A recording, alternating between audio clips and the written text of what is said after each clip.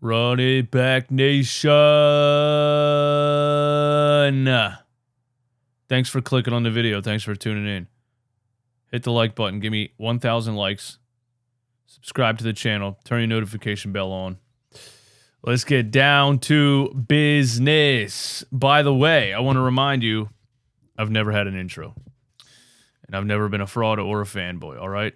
We were on Playback TV last night watching some NBA preseason games. You should have been there. It was a good time. Download Playback TV app.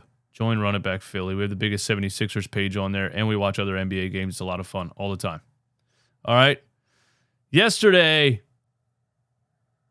Jaden Springer, my young king, my young prodigy, the future of Philadelphia 76ers, two-way athleticism, Jaden Springer, had some comments on the block that he had on Jayson Tatum in the first preseason game the other day, and I thought it was pretty entertaining. And I know Celtics fans, bro, they came at me all day yesterday, calling me a troll. It's a preseason game, dude. You really this hype about a preseason game? I'm not talking about the game.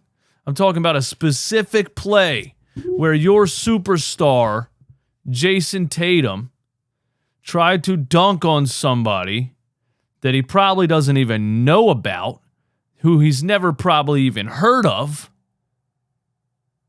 and now he needs to go do his research. Because he got met at the rim. You know what I mean? You know what I'm saying here? We're talking about a dude in Jayson Tatum who dropped 52 in a Game 7. This is an NBA superstar. My young king out here made a name for himself. Game 1 of the preseason. And listen to what he said. And Celtics fans, SMD, shut up. Nobody cares what you have to say. Jaden, can you walk us through the play against Tatum? Let me see. So, let me see. So, he drove by somebody. I just rolled over to help defense. I was just going to dunk, whatever. He tried to dunk me. I'm like, oh man, here we go. I just met him at the rim. So. He tried to dunk on me, and I said, oh man, here we go. And I just met him at the rim. Let me get that screenshot up here again. My goodness. Come on, man. You gotta love that. We play the Celtics again tonight, by the way, which, like, who the fuck made our preseason schedule? Why are our first 2 preseason games against the Boston Celtics? Who knows if they're going to play their starters again? Although Joe Mazzulla is a little bit crazy. He might play all of their starters again. I don't know who's going to play for the Sixers. We're going to talk about that in a minute. But Paul Reed also had some comments about the former 76ers head coach, Seth Curry's father-in-law, Austin Rivers' dad. We're not going to say his name. But, it's pretty interesting. And we were all right. We were all right the whole time about this stubborn old dinosaur who was just the worst thing that could have ever happened to young players on the Sixers roster for 3 straight seasons. Here's what Paul Reed said yesterday.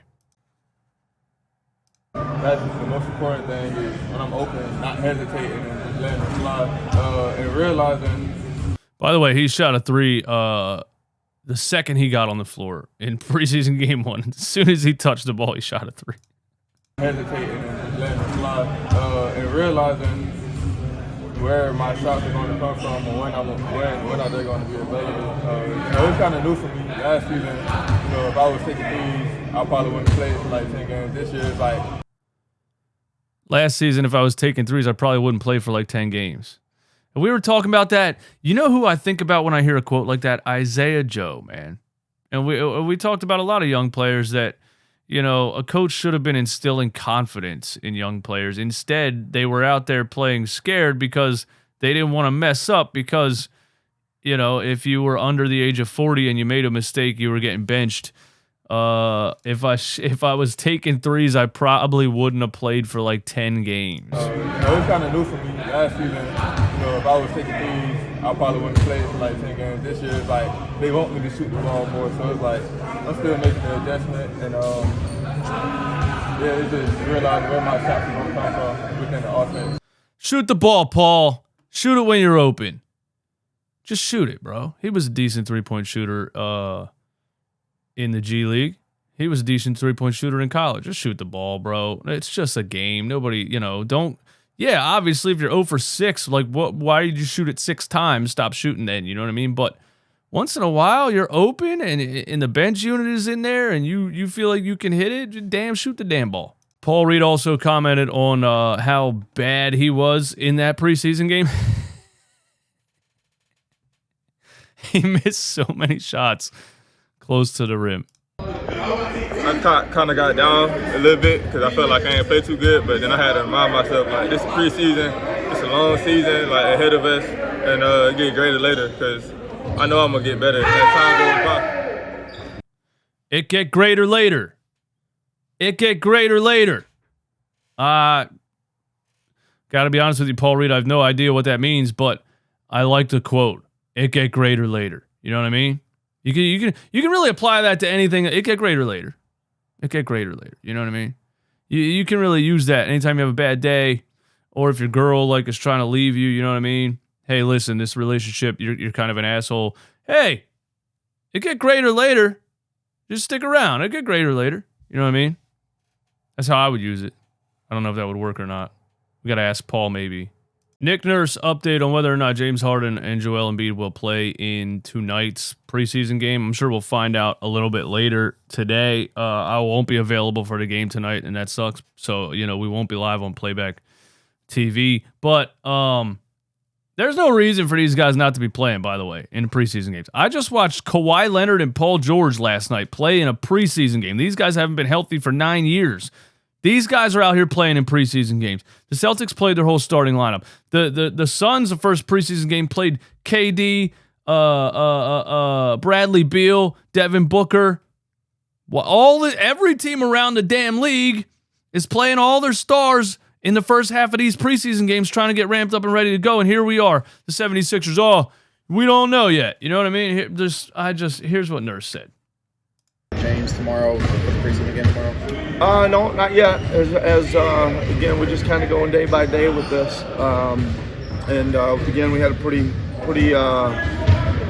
good practice today. Always, seeing who comes out of them. Probably have a better update after shoot around tomorrow. Yeah. Was James a full participant today? He sure was. Yep. Okay. Same thing with Joel as far as waiting and doctor. Yep. Yeah. Same thing. I think, listen, Melton rejoined practice today. There's one update. Furk is probably, he didn't practice, so that pretty much would say he's probably not still going to be ready, but he should be ready for the next one. So he's making some good progress. Now that you guys have more of an idea of how you look on the court after the preseason game, what kind of things do you work on coming into your next game? Well, it was good. Good, first of all, to get a really good kind of teaching session in the film room. It's always what the games show you a lot more of what it looks like. What teaching session in the film room. I like that. Austin Rivers' dad never had film study. What needs to be polished? We need to do some of the good things more often. That was probably the main focus, and then take some of that to the floor. It's always what do you see? Yeah, it's the preseason. Unless these guys are injured, they should be out there. Is James Harden injured? Is Joel Embiid injured? No. They should be out there playing the damn game, especially James Harden, because guess what, buddy? You're not getting traded. You're here. You're here for at least the first half of the season, so you might as well get out there. We might as well throw them out there and see what we got. So we'll see tonight, man, and I'll do a recap of the game tomorrow, and we'll check it out. Other than that, man, just around the NBA a little bit, because I was watching some games last night on Playback TV. You guys were joining me, and this weirdo Dillon Brooks, in his first game for the Houston Rockets, got ejected in the first 5 minutes for punching Daniel Tyson in the nuts. Can you believe this shit? Look at this. Bro, what is wrong with this guy? The ref's like, hey, review that shit, bro. I'm pretty sure I just saw him punch this dude in the nuts.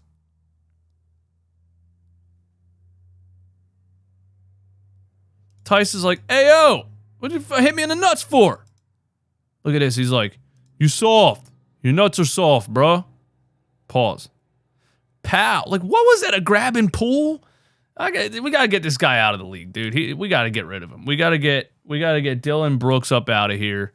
This is unacceptable behavior, and I've seen enough of it. And he commented on it after the game, and this is even more ridiculous. What happened on the play with the flagrant foul? Try to navigate a screen. I might have tapped him on the waist, but he got right back up, and I don't know. It's just weird that every time that happens to me, I get picked on. So every time that happens to me, I get, whoa, bro. Do you hear how narcissistic that is? You punch a guy in the nuts and you said something happened to you and you got picked on? No, you punched a dude in the damn nuts. Well, I guess it's just a part of my reputation. You feel like there's a target on you? I don't know. What's the name? What's my name? My name is Dillon, so I guess. Every time this happens to me, I get picked on. That is the most insane quote I think I've ever heard after somebody punches somebody in the nuts. Anytime this happens to me, I get picked on. Nobody else is out here swinging below the belt. Dillon, you weirdo. And shout out to Markelle Fultz. Maybe he'll have a healthy season this year. Maybe you'll see Markelle Fultz be a version of himself, a version of what he was supposed to be. It's a sad situation, with the shoulder, and then he tore his ACL, and his jump shot never came back, but it looks like he's getting that, level of athleticism back. He almost jumps from the foul line right here. See, bow. And a lot of people, a lot of Sixers fans will be like, we should get Markelle Fultz back. We should do, yeah, you see, we gave up on Markelle Fultz too soon. Look what he's doing. I'm like, bro, show me the jump shot. The jump shot has been broken since he hurt his shoulder, whenever that was. After he got drafted, in between the summer league and the start of the season, his jump shot disappeared, went away, it never came back. But he'll always have this. Well, he won't always have this, but for now, in his 20s, he'll have the athleticism. Maybe he can be a Russell Westbrook type of player. We'll have to see. But shout out to Markelle Fultz for being healthy, man. Hopefully he has a good season. I got nothing else to talk about. Thanks for tuning in. I'll see you guys soon, man. Can you tell how tired I am right now? Why am I so tired? All right, I'm out.